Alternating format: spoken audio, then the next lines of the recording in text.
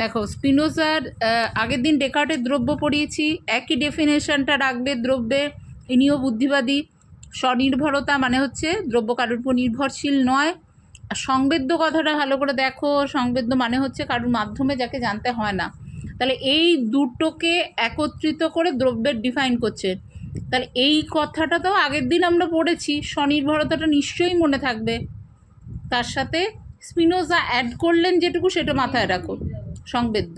ঠিক আছে, এইটা স্বনির্ভর এবং সংবেদ্য এই দুটোকে যদি বলা হয়, অর্থাৎ দ্রব্য এমন জিনিস যা তার নিজের অস্তিত্বের জন্য কারুর উপর নির্ভরশীল নয় এবং কারুর মাধ্যমে জানতে হয় না, এটা বললে একমাত্র স্পিনোজা বলছেন ঈশ্বরকেই দ্রব্য বলতে হয়।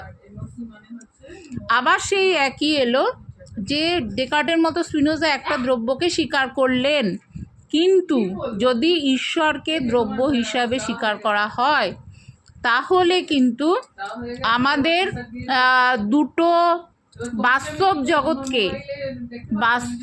জগৎকে আমরা কখনোই ব্যাখ্যা করতে পারবো না। তখন স্পিনোজা বলছেন যে আমরা হচ্ছি কি জীব? সসীম জীব।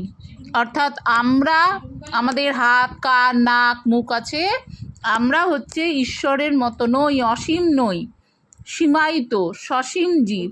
ফলে ঈশ্বরের অনেক গুণ আছে, কিন্তু আমরা আমাদের সীমাবদ্ধতার জন্য দুটো গুণকে জানতে পারি, একটা হচ্ছে বিস্মৃতি আর একটা হচ্ছে চেতনা।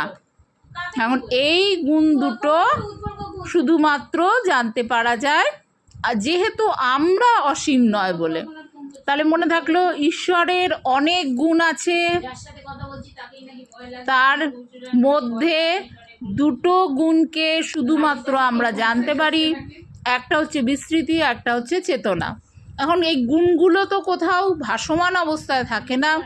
বিস্মৃতি যার মধ্যে থাকে তাকে বলছেন জড়দ্রব্য, চেতনা যার মধ্যে থাকেন তাকে বলছে মন। এইবার এই দুটো মিলে হচ্ছে জগৎ সৃষ্টি হয়েছে। সেই জন্য স্পিনোজার মতে দ্রব্য সমান ঈশ্বর সমান প্রকৃতি।